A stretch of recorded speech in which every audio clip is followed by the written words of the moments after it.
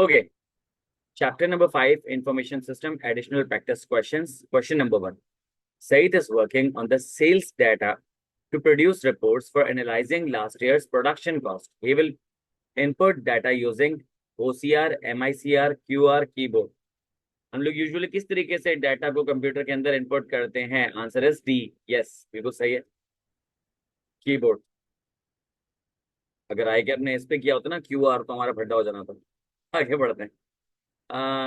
MS Alina is telling her friends about the limitation of certain input devices. She is telling them that this can be inaccurate and affected by external interference. Which input device Miss Alina is talking about? Miss Alina इनमें से कौन से input device की बात कर रही है जो inaccurate होता है और external interference से उसमें मसला आ जाता है? Answer is C, voice data entry. Second का आंसर है सी. ठीक है, आगे बढ़ जाते हैं. जिन लोगों को अगर वॉइस में इश्यू हो रहा है तो मैं काइंडली मुझे कंफर्म कर दे किन किन लोगों को वॉइस में इश्यू हो रहा है, क्योंकि मुझे पर्सनली फील हो कि इंटरनेट तो सही चल रहा है. लग रहा है लोगों को आवाज का इश्यू है. जी स्टूडेंट्स,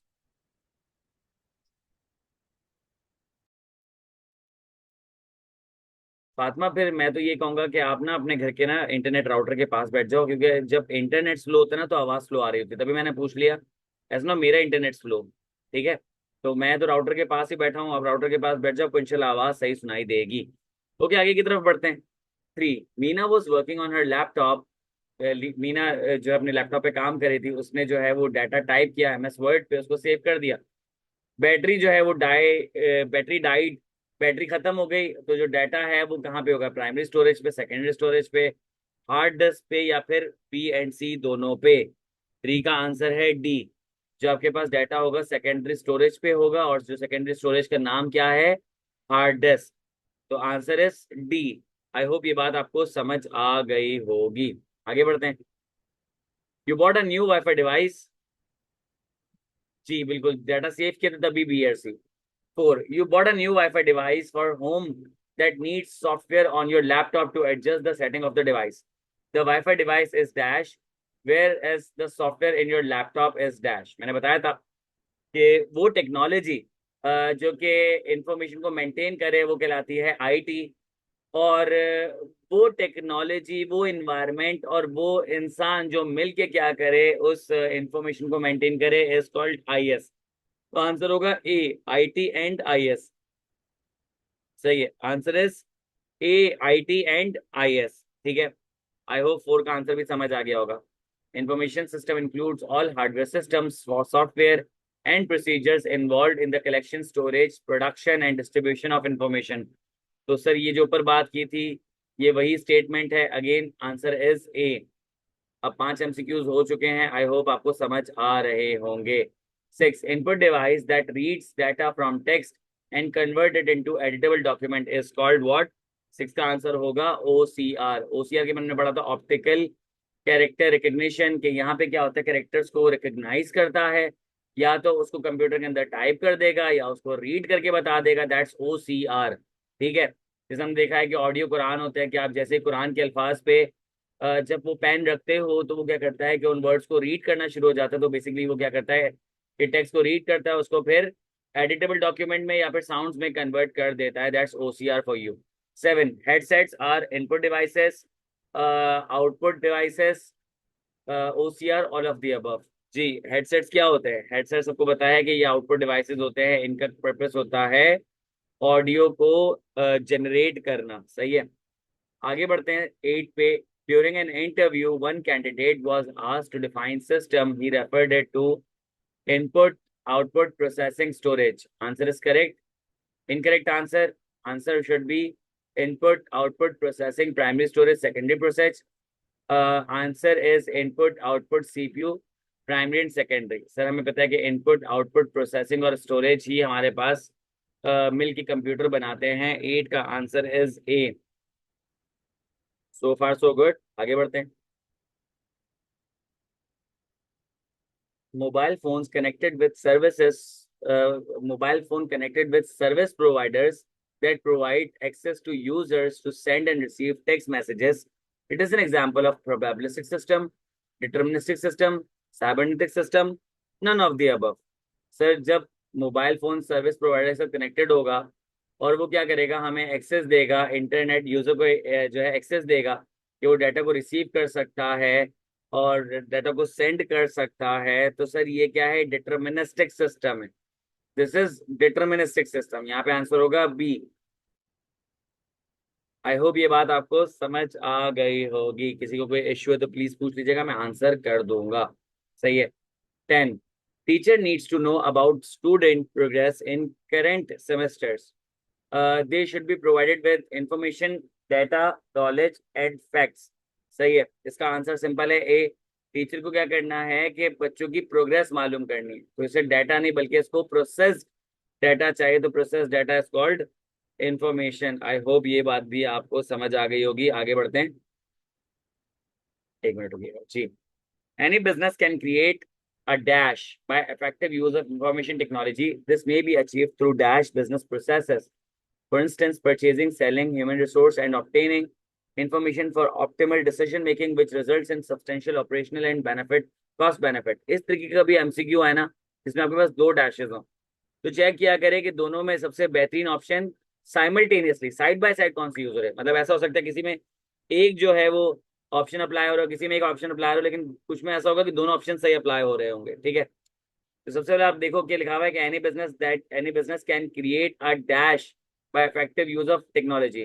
तो any business can create a competitive advantage, A भी हो सकता है। Any business can create a profit, B भी हो सकता है। Any business can create a product, C भी हो सकता है। Any business can create a efficient, sir D तो नहीं हो सकता क्योंकि एफिशिएंट नहीं अप्लाई होगा, तो डी कट गया। अब आ जाते हैं बी सी डी में से, लिखा हुआ है this may be achieve through efficient business processes, A हो सकता है। स्मार्ट बिजनेस प्रोसेसेस, सर हमने स्मार्ट बिजनेस प्रोसेसेस नाम की कोई चीज नहीं पढ़ी, एफिशिएंट बिजनेस प्रोसेसेस की नाम की चीज पढ़ी है, तो बी भी कट गया। Raw material business processes, sir ये भी गलत है, तो आंसर इज ए कि कोई भी बिजनेस क्या कर सकता है, कंपेटिटिव एडवांटेज क्रिएट कर सकता है कि अगर वो इंफॉर्मेशन टेक्नोलॉजी को एफिशिएंटली यूज करता है। सही है, ये कैसे अचीव करेगा कि वो अपने बिजनेस प्रोसेसेस को एफिशिएंट कर ले, तो answer is A. I hope ये बात आपको समझ आ गई हो। इस तरीके से आप अनकोड कर सकते हो, ग्रामर चेक कर सकते हो, सेंस चेक कर सकते हो कि दोनों डैशेस का ग्रामर और सेंस साइड बाय साइड जा रहा हो, तो you will get your answer. Fill in the blanks, again दो डैशेस आ गए। The dash is used in day-to-day decision making to perform multiple tasks such as planning, acquiring, searching, analyzing, organizing, storing, programming, producing, distributing, marketing, or selling functions. In order to know how to gather and use information from many resources available to us, an understanding of dash is critical. सही है, कह रहा है कि the information is used in day-to-day decision making. Sir ये तो सही लग रहा है। The data is used in day to day decision making, data नहीं हो सकता यहाँ पे क्योंकि डाटा हम day to day decision making use नहीं करते, डाटा को हम इंफॉर्मेशन में प्रोसेस करने में यूज करते हैं, तो बी आंसर नहीं होगा। The data basis is used in day to day decision making. Again sir data basis को भी हम इंफॉर्मेशन में कन्वर्ट करते हैं, सी भी आंसर नहीं हो सकता। तो आपके पास नीचे लिखा हुआ है डी इंफॉर्मेशन, तो ए होगा या डी होगा। अब देख लेते हैं कि नीचे वाले डैश पे क्या लगेगा।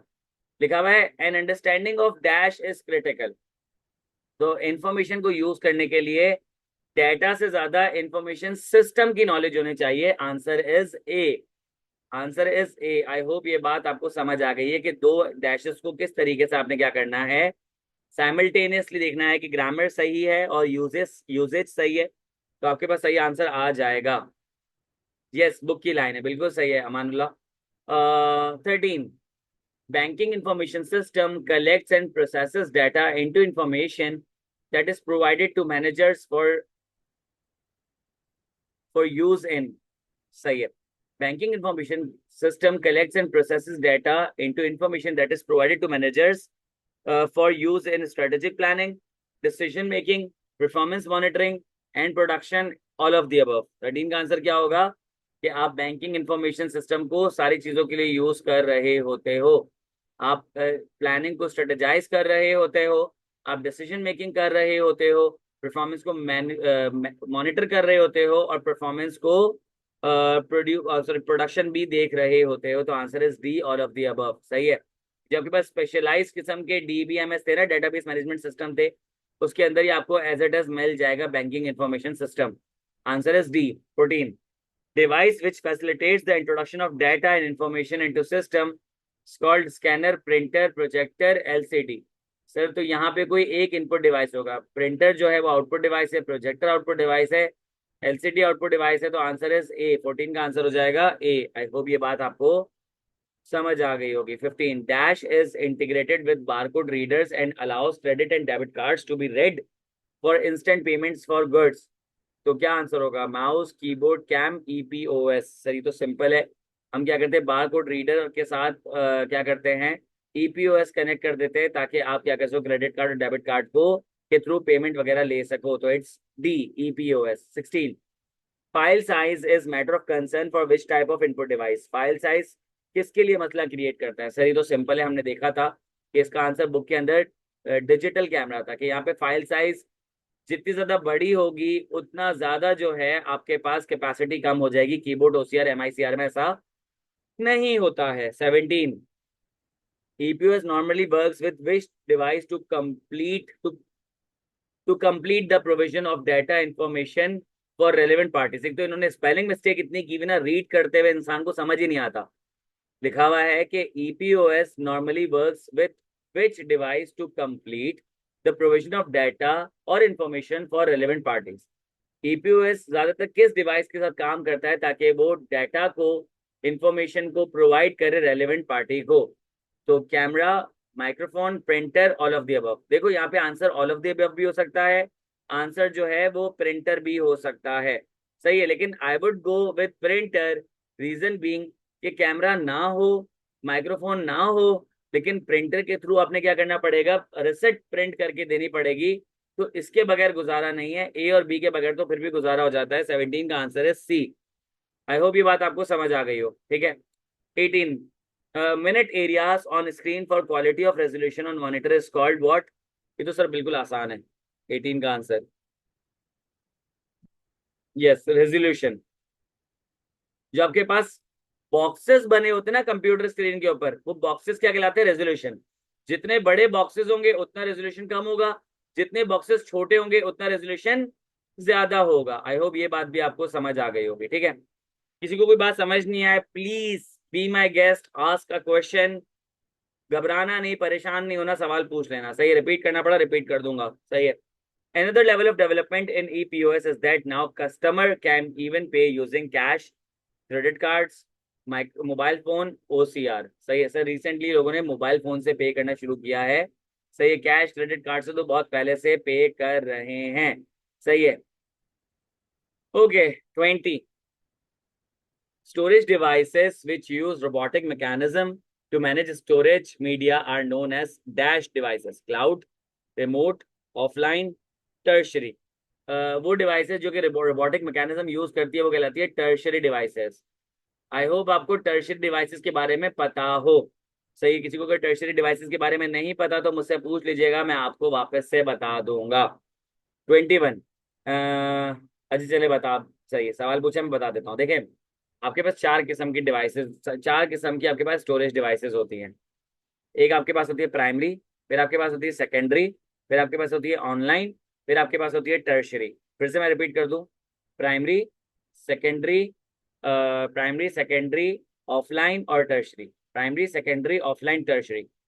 प्राइमरी स्टोरेज डिवाइस वो स्टोरेज डिवाइस होती है जो कि कंप्यूटर के अंदर टेम्परेरीली, जो कि कंप्यूटर के अंदर टेम्परेरीली फाइल को प्रोसेस कर रही होती है, स्टोर कर रही होती है। और दूसरा कि ये स्टोरेज के बगैर कंप्यूटर ऑपरेट नहीं कर सकता, इन स्टोरेज के बगैर कंप्यूटर ऑपरेट नहीं कर सकता। इसकी एग्जांपल है रैम और रोम। रैम के बगैर कंप्यूटर नहीं चलेगा, रोम के बगैर कंप्यूटर नहीं चलेगा। सेकेंडरी स्टोरेज के अलावा कंप्यूटर चल तो जाएगा, लेकिन जाहिर सी बात है कि आप वहां पे चीजें ऑपरेट कर रहे होते हो, वो चीजें नहीं होंगी तो कंप्यूटर के चलने न चलने से फिर फर्क नहीं पड़ता है। सही है। तो प्राइमरी स्टोरेज वो स्टोरेज होती है जो कि टेम्परेरीली आप यूज कर रहे होते हो, और सेकेंडरी के इनके ना होने से कंप्यूटर नहीं चलेगा। सही है। फिर आ जाता है सेकेंडरी में। सेकेंडरी आपके पास वो स्टोरेज होती है जिसपे आपके पास जो स्टोरेज होती है वो परमानेंट बेसिस पे होती है। वहां पे आपके पास स्टोरेज कंप्यूटर में परमानेंट बेसिस पे होती है, कंप्यूटर चल रहा हो नहीं चल रहा हो, वहां पे चीजें स्टोर्ड रहेंगी। उसमें आपके पास आ जाती है हार्ड डिस्क आ जाती है, आपके पास सीडी आ जाती है, डीवीडी आ जाती है, ब्लूरे डिस्क आ जाती है, आपके पास एसएसडी आ जाती है, हार्ड डिस्क ड्राइव आ जाती है, आपके पास जो है इसके अंदर यूएसबी आ जाती है, मैग्नेटिक टेप आ जाती है, फ्लॉपी डिस्क आ जाती है। सारी चीज आपके पास सेकेंडरी में आ जाती है, सही है। अब आपके पास दो दो और स्टोरेज डिवाइसेस आ रही है, एक है ऑफलाइन और एक है टर्शरी। अब जरा टर्शरी को समझिएगा। टर्शरी स्टोरेज होती है वो स्टोरेज जो कि क्या करती है ऑटोमेटिकली, जो कि ऑटोमेटिकली यूजिंग रोबोटिक मैकेनिज्म आपकी जो स्टोरेज डिवाइस होती है उसको माउंट करती है, डेटा को स्टोर करती है और उसको अनमाउंट कर देती है। सर कुछ नहीं समझ आया, एक दफा सुन लो, एक दफा सुन लो, उसके बाद फिर समझाता हूँ, ठीक है। मैंने कहा कि जो टर्शरी स्टोरेज होती है वो क्या करती है कि ऑटोमेटिक रोबोटिक मैकेनिज्म के थ्रू आपकी जो स्टोरेज डिवाइस होती है उसको माउंट करती है, डाटा को कॉपी करती है और उसको अनमाउंट कर देती है। This is your tertiary storage. Let me give you an example. तुम लोगों की मोबाइल में स्टोरेज हो गई खत्म, तुमने उस पे लगाया एक एसडी कार्ड, सही है, तुमने उस पे एक एसडी कार्ड लगाया और व्हाट्सएप पे तुमने कमांड रख दी कि भाई अब व्हाट्सएप का जो भी बैकअप बनेगा वो मेरी एसडी कार्ड पे बनेगा और रात के 2 बजे बनेगा, सही है। अब मोबाइल फोन तुम्हारा एसडी कार्ड यूज नहीं कर रहा है, जैसे ही रात के 2 बजेंगे वो तुम्हारे एसडी कार्ड को माउंट करेगा, मतलब लगा लेगा, मतलब क्या है कि उसको एक्टिवेट कर लेगा। लगाने का मतलब ये नहीं होता कि वो पकड़ के मोबाइल के अंदर डालेगा, इसका मतलब ये होता है कि जो चीज ऑलरेडी लगी हुई है कंप्यूटर के अंदर उसको एक्टिवेट कर दिया जाएगा, तो ऑटोमेटिकली वो चीज एक्टिवेट हुई, आपका व्हाट्सएप का डाटा कॉपी हुआ और जैसे ही डाटा कॉपी हो गया तो वो क्या हो गई, डीएक्टिवेट हो गई। ये पूरा रोबोटिक मैकेनिज्म है, इसमें इंसान का कोई भी मुदाखलत नहीं होती है। This is called tertiary storage. Tertiary storage की एक और एग्जांपल देता हूँ। भाई तुम्हारे पास लेट सपोज कंप्यूटर में 2 हार्ड ड्राइव लगी हुई थी।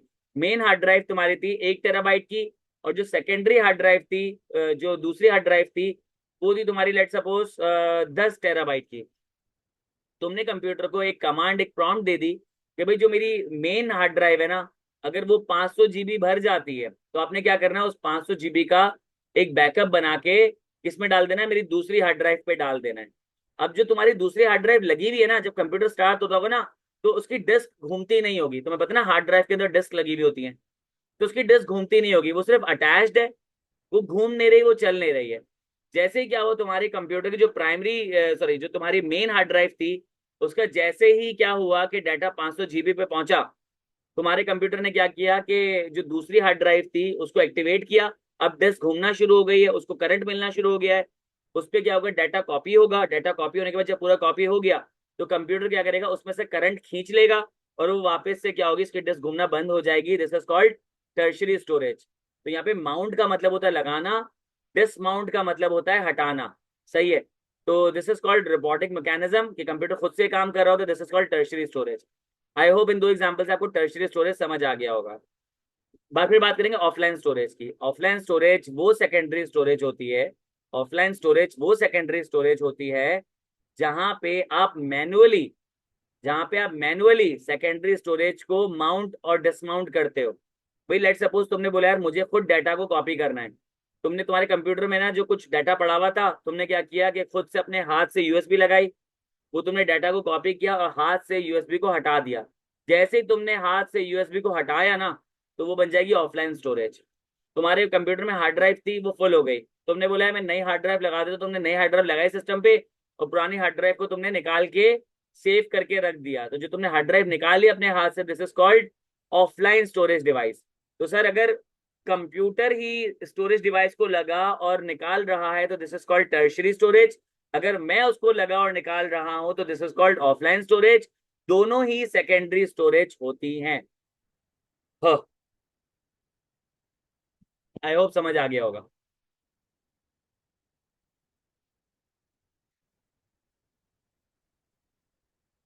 बताओ, स्टोरेज डिवाइसेस के बारे में समझ आ गया।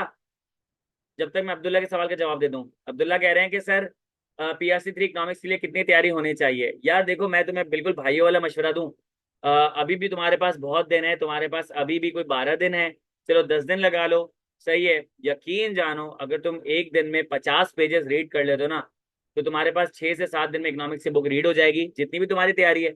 अब तुमने बुक को एक दफा रीड किया हुआ, 2 दफा रीड किया हुआ, 3 दफा रीड किया हुआ, एक दफा और रीड कर लो। अगर तुम ये मुझसे सवाल पूछ रहे हो, इसका मतलब है तुम्हें डाउट है। एक दफा बुक रीड करो, एडिशनल प्रैक्टिस क्वेश्चन सॉल्व करो, किसी एक टीचर का असाइनमेंट मारो, and you are good to go. इतना घबराने की जरूरत नहीं है। ये थ्योरेटिकल पेपर है, अगर बहुत ज्यादा ग्रास नहीं है इस कोर्स पे, तो भी कोई मसले की बात नहीं है। जो ना ग्रेप आ जाएगी वंस, अगर एक तुमने बुक रीड कर ली और एक दफा जो है वो MC additional practice question solve कर लिए। फातिमा कह रही है कि व्हाट अबाउट आईटीबी। आईटीबी तो यार तुम लोगों का बेहतरीन हुआ है, the way you are answering your questions, तो मुझे नहीं लगता कि तुम लोगों को कोई मसला होगा। बस अपने आप पे बिलीव करो। अगर तुम्हें थोड़ी सी घबराहट हो रही है, देखो घबराहट होती है, जैसे हमें जो है वो, अगर हाँ, अगर हमें जैसे लेट्स सपोज दीनी मामलात में घबराहट होती है, आखिरत से रिलेटेड घबराहट होती है, हम क्या करते हैं, हम कुरान पढ़ना शुरू हो जाते हैं, नमाज पढ़ना शुरू हो जाते हैं। अगर तुम्हें पेपर से रिलेटेड घबराहट होती है, तो उसकी बुक रीड करना शुरू हो जाओ। घबराने से कोई फायदा नहीं होगा, सही है।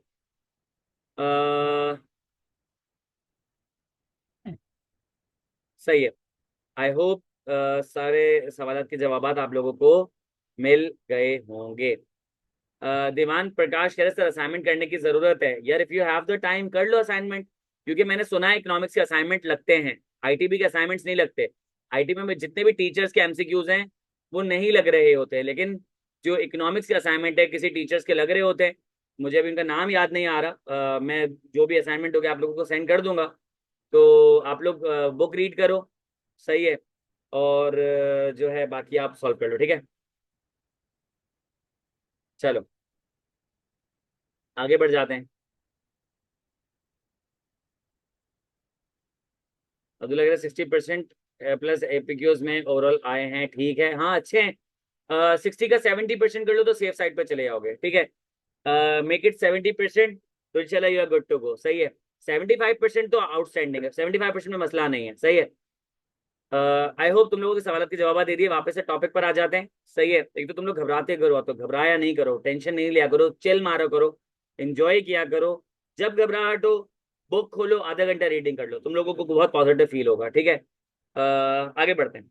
21, applications of computer and telecommunication equipment to store and retrieve data is categorized as। एक तो इनकी इनकी ग्रामर जो ना अल्लाह माफ करे, कह रहे application of computer and telecommunication equipment to store and retrieve data is categorized as. Sir ये तो सिंपल है, हम लोगों ने ये पूरा बुक में एज इट इज लाइन पढ़ी थी, सही है।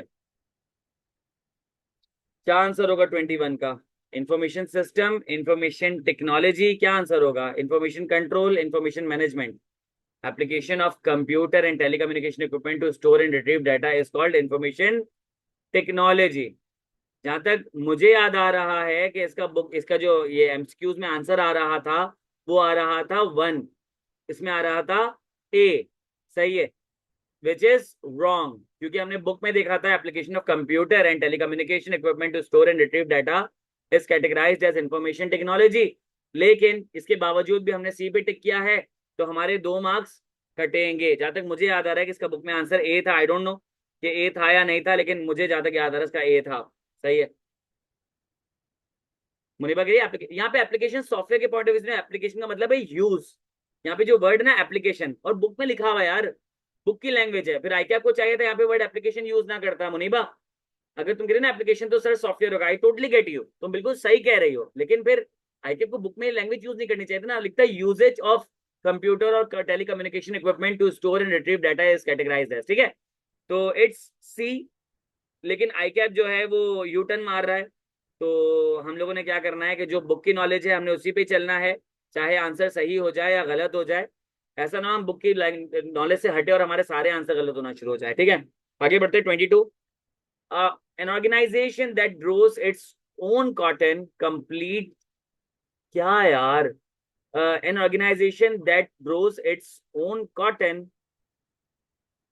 completes textile related activities and produces uniforms for its employees only. Such type of an organization is referred to as open system, closed system, dependent system, close loop control system. 22 का answer sir simple है, close loop control system है। इनका अपना loop बना हुआ है, इसको ये ओपन नहीं करते, खुद ही कॉटन ग्रो करते हैं, खुद ही कपड़े बनाते हैं, खुद ही यूनिफॉर्म बनाते हैं अपने एम्प्लॉयज का, उनको दे भी देते हैं। तो it's a close loop control system. ये कंप्लीट्स आर नहीं होगा, बहुत ग्रामेटिकल मिस्टेक है भाई बहुत, और यहाँ पे प्रोड्यूसर्स होगा। सही है, आगे बढ़ते हैं। Xphone maintains all records of calls made on its networks. This record is maintained on an electronic filing system called as network database management system, all of the above. 23 का आंसर क्या है? 23 का आंसर है database. याद करो database के बारे में हमने क्या पढ़ा था। डेटाबेस के बारे में हमने पढ़ा था कि जितने भी आपके पास मल्टीपल डाटा होते हैं वो एक जगह स्टोर हो जाएं तो वो कहलाता है electronic filing system, and electronic filing system is known as database. ये जाके देख लो, बुक की लैंग्वेज में लिखा हुआ है, बुक की लैंग्वेज है कि electronic filing system, electronic filing system is called database. ठीक है, आई होप ये बात भी आपको समझ आ गई होगी। अच्छा, तुम एक पैटर्न नोट कर रहे हो, चैप्टर नंबर 4 में आईकैप ने आंसर्स गलत दिए हुए थे, चैप्टर नंबर 5 में इनकी ग्रामेटिकल मिस्टेक्स बहुत आ रही हैं। तो इसका मतलब है नो बडी इज परफेक्ट। मैं भी परफेक्ट नहीं हूँ, आप भी परफेक्ट नहीं हो, आईकैप भी परफेक्ट नहीं है। तो इसलिए अपने ऊपर डाउट नहीं किया करो। What ever you know, what ever you do, तो आप क्या करो, बस अपना काम कर कर आ जाओ, बाकी अल्लाह पे छोड़ दो, अल्लाह ताला खुद कामयाब कर देता है। तो ये बस बेसिकली एक बात माइंड में आई तो आप लोगों से शेयर कर दी। City police is monitoring all road activities through closed circuit camera networks. This is part of well planned information system, information control, information technology, information management. मेरे ख्याल से ये तो सिंपल है। यहाँ पे पुलिस है यानी कि ह्यूमन इंटरफेस है, सही है। और वो क्या कर रही है, close circuit camera network use करिए, वो टेक्नोलॉजी यूज कर रही है। और यहाँ पे एक एनवायरमेंट है, एक पर्पस है, यानी कि ऑल रोड एक्टिविटीज को प्लानिंग है, तो it's information system. 25 Miles City Real Estate is using information to plan all construction projects for the new developmental project. The company is managing this task by a team of experts in various locations, and only employees can see the information for the projects. They are making use of extranet, internet, intranet, wide area network. 25 का answer क्या है कि यहाँ पे ये लोग क्या कर रहे हैं, इंफॉर्मेशन को यूज कर रहे हैं ताकि कंस्ट्रक्शन प्रोजेक्ट्स को प्लान कर सके, डेवलपमेंट, नए डेवलपमेंट प्रोजेक्ट के लिए। सही है, ये लोग क्या करें, तमाम टास्क को मैनेज कर रहे हैं टीम ऑफ एक्सपर्ट्स के थ्रू, अलग अलग लोकेशन पे वो मौजूद हैं। और ये इन्फॉर्मेशन ओनली एम्प्लॉयज यूज कर सकते हैं। तो उन्होंने अपना खुद का इंटरनेट बनाया हुआ है, दिस इज कॉल्ड इंट्रानेट। सही है, जब आप internally within the organization communicate कर रहे होते हो, अंदर के लोगों के साथ कम्युनिकेट कर रहे होते हो, नेटवर्किंग कर रहे होते हो, this is called intranet. I hope ये बात समझ आ गई होगी। 26 bank use combination of customer accounts coding system, MICR, magnetic ink character reader. कहीं पे भी बैंक का है, बैंक से रिलेटेड कोई ट्रांजेक्शन वगैरह है तो समझ जाओ कि MICR की बात हो रही है। सही है। 27 All functional managers of a company require quality internal and external information processed according to units need and its integration with other departments for the information system that can help achieve this task is referred to as TPS, DSS, ERP, all of the above. 27 का answer क्या होगा, मैं समझा देता हूँ थोड़ा सा क्योंकि ये थोड़ा सा आपके लिए कॉम्प्लिकेटेड होगा। देखो लिखा हुआ है कि जितने भी फंक्शनल मैनेजर्स थे कंपनी के, उनको क्वालिटी इंटरनल और एक्सटर्नल इंफॉर्मेशन चाहिए थी।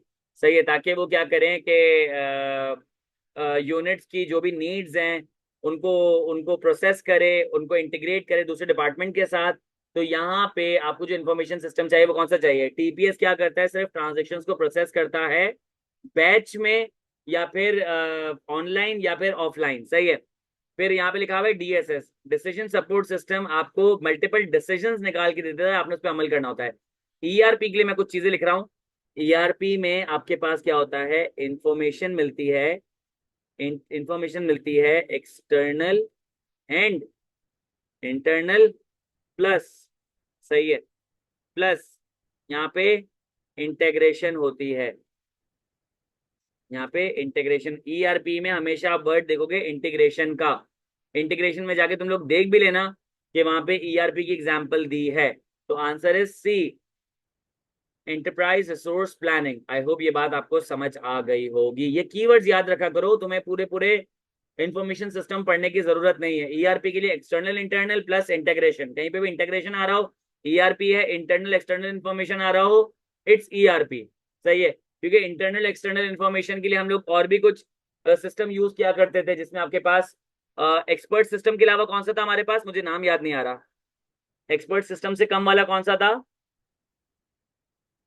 मैनेजमेंट सपोर्ट सिस्टम के बाद और एक्सटर्नल एक्सपर्ट सिस्टम से पहले, क्या नाम था उसका, नाम बोल रहा हूँ मैं, नाम बताएगा मुझे। टीपीएस था, डीएसएस था, एमएसएस था, ईपी था, एक और भी था,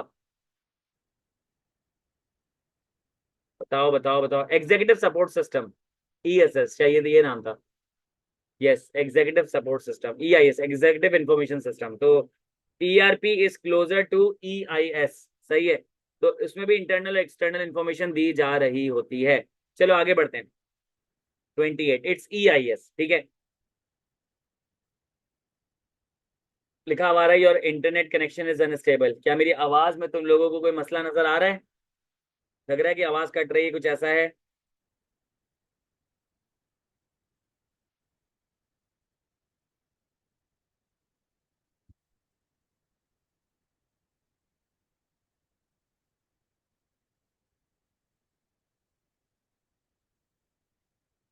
Yes.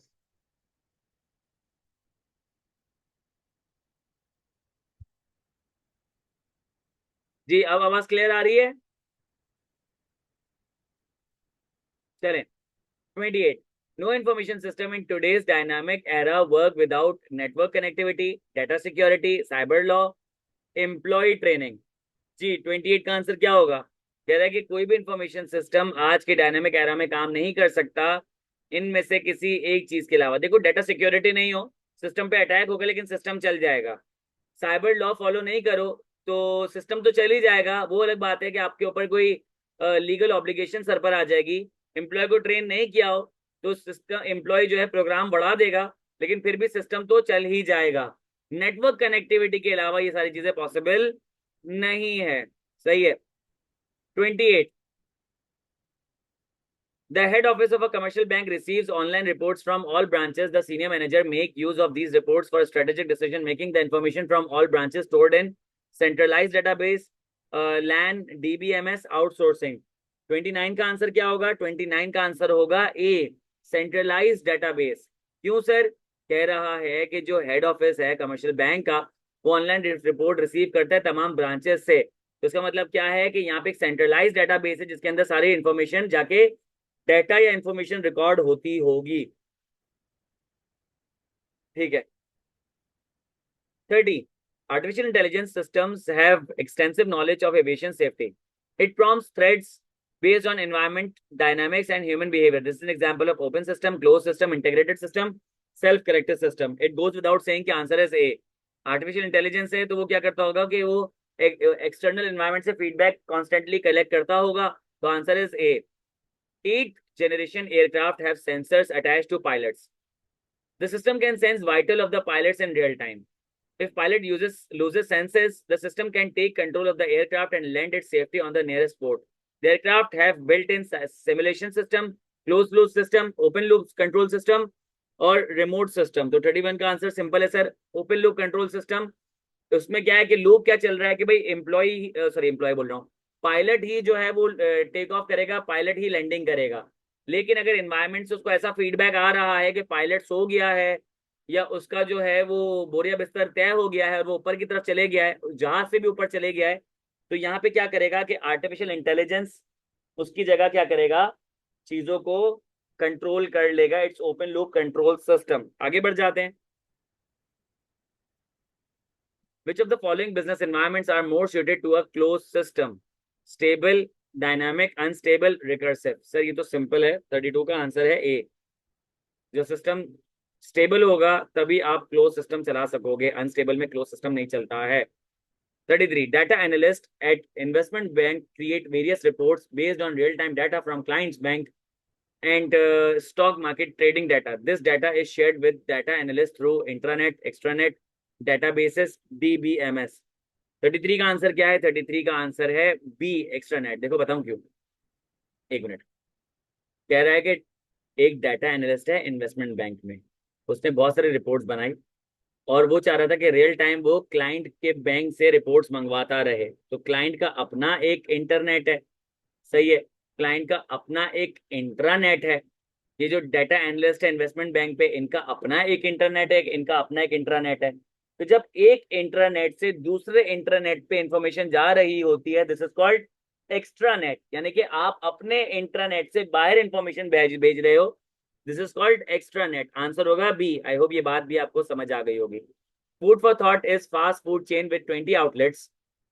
The operation manager makes use of sophisticated information system to determine the trends of product sales. He decides on whether to continue a product or not based on the statistical report he generates through LAN, decentralized architecture, processing, VPN, DSS. Sir इसमें तो decision making की बात हो रही है, तो सीधा सीधा क्या है, DSS। इसमें तो डिसीजन मेकिंग की बात हो रही है ना, डिसीजन मेकिंग हम कैसे करते हैं, DSS पे करते हैं, सही है। 35, bank ATMs use connectivity in such a way that various links are used to provide best link to customer to account. This is done by network server, client server, mail server, file server. 35 का answer क्या है कि sir ये network server के through काम हो रहे होते हैं। जाहिर सी बात है कि जो ATM है वो क्या करते हैं कि नेटवर्क सर्वर्स यूज कर रहे होते हैं कि वो कस्टमर को बेस्ट सर्विसेज प्रोवाइड कर रहे होते हैं। आई होप ये बात आपको समझ आ गई होगी। 36, University computer-based exams are conducted in-house on special software. The students are given access to secure network where they can attempt the exam and save it to be evaluated by the subject specialist. The university is using DAS system to conduct the exam. WAN, VPN, intranet, LAN. 36 का answer क्या है? University जो है वो computer based exam को conduct करती है special software पे। ये स्पेशल सॉफ्टवेयर कहाँ चलेगा? ये स्पेशल सॉफ्टवेयर चलेगा सिर्फ उस IP एड्रेस पे जिस पे यूनिवर्सिटी का इंटरनेट चलता है, सही है। अब जब जाहिर सी बात है कि स्टूडेंट्स को घर से उनको अपेयर होना होगा, तो स्टूडेंट्स क्या करेंगे कि अपना इंटरनेट को जो कि ऑफिस का, जो स्कूल का इंटरनेट होगा, कॉलेज का इंटरव्यू होगा, इंटरनेट होगा, या यूनिवर्सिटी का जो इंटरनेट होगा, उसके साथ मिलाना होगा। तो यहाँ पे आप क्या करते हो, VPN क्रिएट करते हो, वर्चुअल प्राइवेट नेटवर्क बना लेते हो। Answer is B. Sales department of Shooto shoes updates all information using network designed to give access to internal authorized user only. This is an example of, sir ये तो बहुत simple है, ये तो internet की बात हो रही है, यहाँ पे कोई और जो है आपके इंटरनेट को यूज नहीं कर सकता, it's internet. 38, mining corporation of Pakistan want all miners sites to provide information with complete security using public mobile networks. For this, VPN is suitable. Decentralized network can be used. Mobile apps can be helpful. LAN is effective. जी 38 का answer क्या होगा? 38 का answer है ए, ये VPN आपके लिए suitable होगा। ये माइनिंग कॉर्पोरेशन ऑफ पाकिस्तान के लिए तमाम माइनर्स को कि वो अपनी इंफॉर्मेशन इम्पार्ट करे, लेकिन कैसे कि उन लोगों ने एक सिक्योर नेट बनाना है, नेटवर्क बनाना है, मोबाइल नेटवर्क बनाना है। तो सिक्योर नेटवर्क कैसे बनेगा? VPN के थ्रू बनेगा। तो answer is A. I hope ये बात भी समझ आ गई होगी। आगे बढ़ते हैं। 39, Information system auditor in his finding reported that some employees are using fake IDs to spread political agenda of a political party that may enhance company's reputation risk. The conduct of employees falls in cybercrime, cyber fraud, cyber croaking, cyber misconduct. तो जो इसका 39 का answer होगा वो होगा cyber misconduct. Sir इसमें तो तीनों लग सकते हैं, साइबर फ्रॉड भी लग सकता है, साइबर क्राइम भी लग सकता है, साइबर क्रोकिंग भी लग सकता है, और साइबर मिसकंडक्ट भी लग सकता है। देखो पहली बात तो ये कि आपकी बुक की एग्जाम्पल में ना साइबर मिसकंडक्ट की एग्जाम्पल थी, बाकियों की नहीं थी। और दूसरी बात देखो, क्राइम का मतलब क्या होता है, मैं यहाँ पे लिख देता हूँ ताकि आपको समझ आए। देखो यहाँ पे होता है कि आपने कोई ऑनलाइन इलीगल एक्टिविटी परफॉर्म की हो। साइबर फ्रॉड का मतलब क्या है कि आपने ऑनलाइन इलीगल एक्टिविटी परफॉर्म की हो, बट वो होगी स्पेसिफिकली टूवर्ड्स मे बी, क्या कह सकते हैं,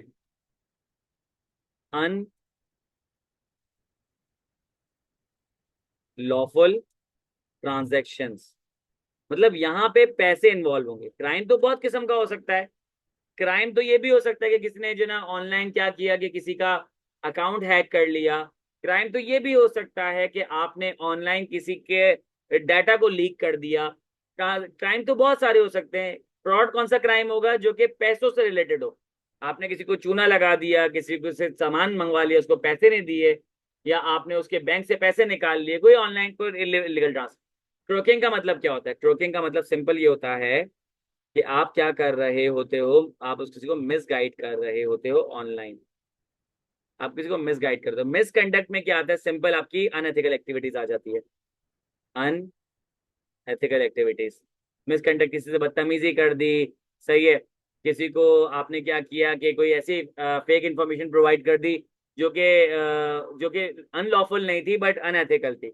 तो यहाँ पे लिखा हुआ है कि कुछ आईडीज क्या कर रही थी, फेक आईडीज क्या कर रही थी, पॉलिटिकल एजेंडा को प्रमोट कर रही थी। जैसे अभी तुम लोग सीए स्टार ग्रुप पे हो गए, सीए स्टार पे क्या होता है? फेक आईडीज बनकर आती हैं और वो क्या कर रही होती हैं? अपने इंस्टीट्यूट को प्रमोट कर रही होती हैं, अपने टीचर्स को प्रमोट कर रही होती हैं, किसी एजेंडा को प्रमोट कर रही होती है। तो ये कोई इलीगल एक्टिविटी नहीं, कोई क्राइम फ्रॉड ट्रक नहीं है। ये क्या सिंपल मिसकंडक्ट है। तो आंसर इज डी। चलें आगे बढ़ते हैं। Creating a formal return information security policies. Amanullah कह रहे हैं नफ्ज होया। मुझे तो लिटरली हर गुजरता दिन ये रियलाइज हो रहा है कि she is not even, she does not even exist. इसके पीछे कोई ना कोई फेक आईडी मौजूद, कोई दूसरा बंदा मौजूद है। इनफ जोया नाम की कोई बंदी भी मौजूद, मतलब जोया नाम की कोई भी बंदी मौजूद नहीं है यहाँ पे। बाकी अल्लाह बेहतर जाने, या कोई अटेंशन सीकर ही होगी, साफ सी बात है भाई। अच्छा लगे बुरा लगे क्या कह सकते हैं। Creating formal written information security policies to set standard and provide the basis for enforcement is first step in a company's security strategy. True or false? Sir simple ये पूछ रहा है कि जब अपनी कंपनी की सिक्योरिटी पॉलिसीज बनाओगे तो पहला स्टेप क्या होगा कि आपने इस कंपनी की पूरी स्ट्रेटेजी बनानी होगी। तो आंसर इज ट्रू, सिंपल सी बात है, सही है। 41. Point of sale terminal in grocery store that help operators scan the product, print receipt and do final transaction is an example of online TPS, real time TPS, batch TPS और sequential TPS. Sir ये तो बिल्कुल simple है, real time TPS है। अगर आपके पास system बंद भी हो जाता है तो आप क्या कर सकते हो? ऑफलाइन भी काम कर सकते हो। तो इट्स बी। 41 का आंसर है बी।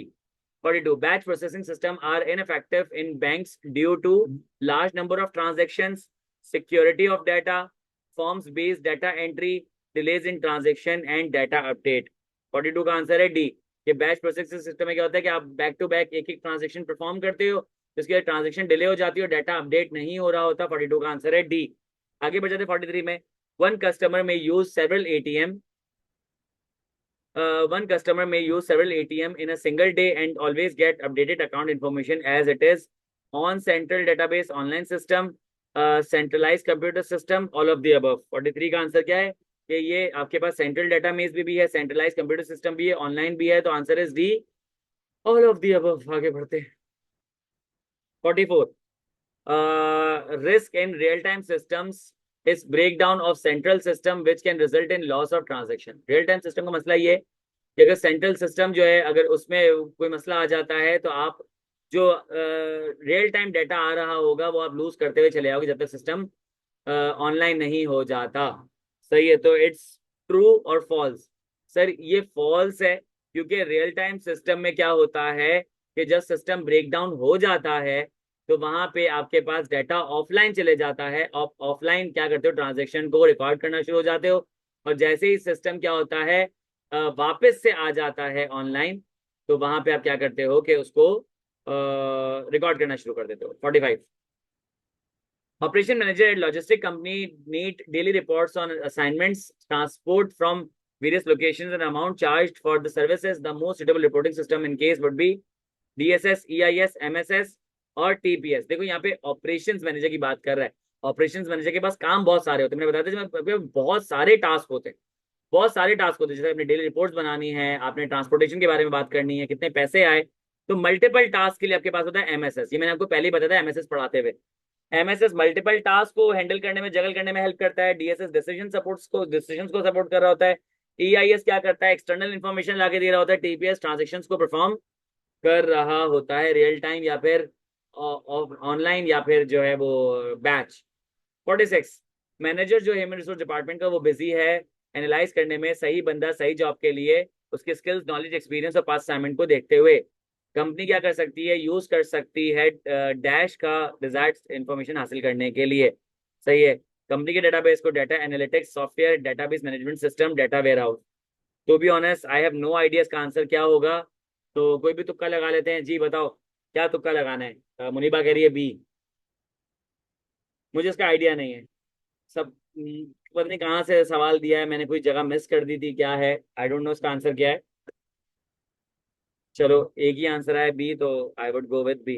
बट मैं इसको गलत ही कंसिडर करूंगा, मेरा दूसरा एमसीक्यू गलत हो गया, एक आईक्यू की वजह से और एक अपनी वजह से। बाकी अगर बीच में होंगे तो मुझे नहीं पता, वो बाद में पता चलेंगे। Product life cycle of fizzy drinks was analyzed and decision was taken after careful what-if analysis covering market demand, customer care, competitor market share. Most helpful in this regard are MSS, DSS, OS और EIS। 47 का answer क्या होगा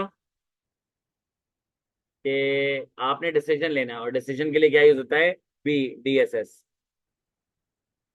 48, CEO airline company का use करता है dashboard तमाम operations के लिए, कंपेटिटर एयरलाइन प्रोडक्ट्स और मार्केट शेयर को देखने के लिए। सही है। तो यहाँ पे क्या यूज करा होगा, डेटाबेस, स्प्रेडशीट, EIS या फिर डेटा वेयर हाउस। तो सर इसमें मैंने आपको बताया था कि जब एक्सटर्नल इन्फॉर्मेशन होती है तो इट्स सी। अगर वो एक्सटर्नल इन्फॉर्मेशन यूज कर रहा है तो इसका मतलब है EIS यूज कर रहा होगा। तभी पहले डिस्क्लेमर दे दिया था। EIS एक कंप्यूटर प्रोग्राम है जो कि क्या करता है, इंसान की जजमेंट और बिहेवियर को क्या करता है, सिमुलेट करता है और अकॉर्डिंगली अपने क्या नाम है एक्सपर्ट नॉलेज एक्सपीरियंस वगैरह के बेसिस पे आंसर कर रहा होता है। इट्स ट्रू, ये बुक की लैंग्वेज है, एज इट इज दी हुई है। सही है। 49 का आंसर क्या है, ए है। सही है। उफ। फिर उसके बाद आ रहा है 50, most integrated software. Most integrated जो सॉफ्टवेयर सुइट्स हैं मार्केट के अंदर वो ऑफ द शेल्फ सोल्यूशन होते हैं। Of the shelf solution, solution का मतलब क्या होते हैं, जितने भी इंटीग्रेटेड सॉफ्टवेयर आपको मिल रहे होते हैं ऑफ द शेल्फ सोल्यूशन नहीं होते, वो ऑन द शेल्फ सोल्यूशन होते हैं। Example MS office. एग्जाम्पल क्या आएगी, MS ऑफिस। कि MS ऑफिस एक इंटीग्रेटेड सॉफ्टवेयर है, फोटोशॉप एक इंटीग्रेटेड सॉफ्टवेयर है, वो ऑफ द शेल्फ सोल्यूशन है नहीं सर, वो ऑन द शेल्फ सोल्यूशन है। सही है।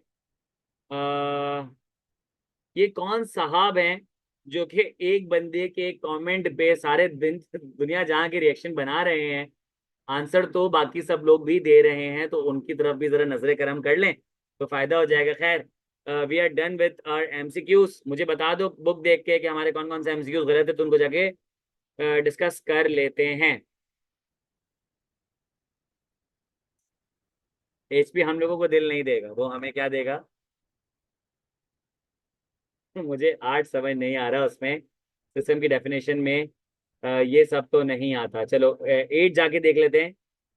बाकी का मुझे बता दो कि और कौन सा हमारा गलत है आई कैप के पॉइंट ऑफ व्यू से।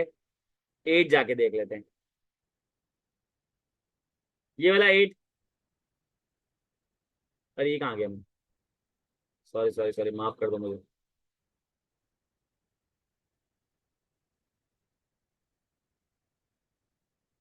देखो during an interview one candidate was asked to define system. System की डेफिनेशन तो हमने पढ़ी थी, लेकिन उसके कुछ कैरेक्टरिस्टिक्स थे। क्या था,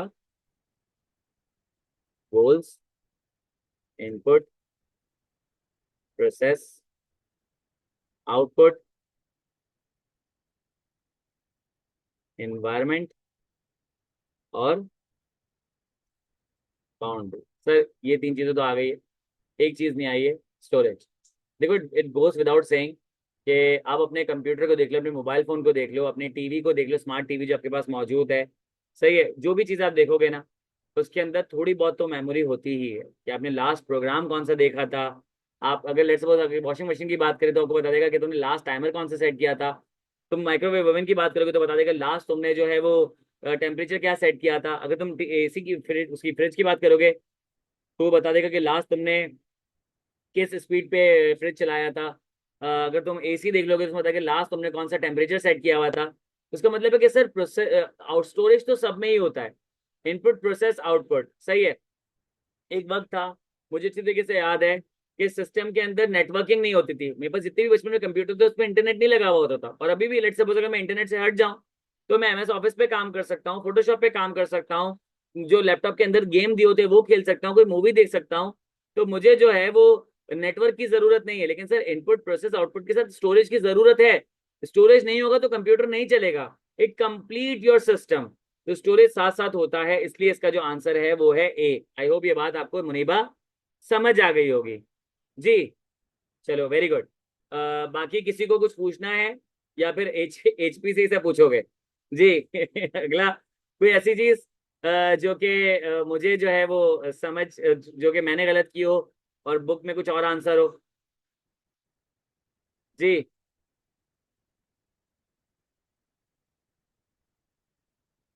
तो मेरा आंसर बुक के आंसर के साथ मैच नहीं कर रहा हो, तुम लोग बताओ ना यार, कोई मुझे यार हेल्प करो प्लीज, कि इस बार हमारे सारे ही सही हैं। ऐसा तो नहीं हो सकता। सर सारे ही सही है। बस ये एक था जो मैंने, मुझे लग रहा था कि 21 का आंसर जो है वो सी है, लेकिन बुक में मेरे ख्याल से ए लिखा हुआ है। ये मेरे तुक्का था, मुझे नहीं पता कि बुक में इंफॉर्मेशन टेक्नोलॉजी है या फिर इंफॉर्मेशन सिस्टम है। तो 21 का आंसर जो है वो मैंने सी टिक किया था, बुक में मुझे नहीं पता उसका आंसर क्या है। I believe.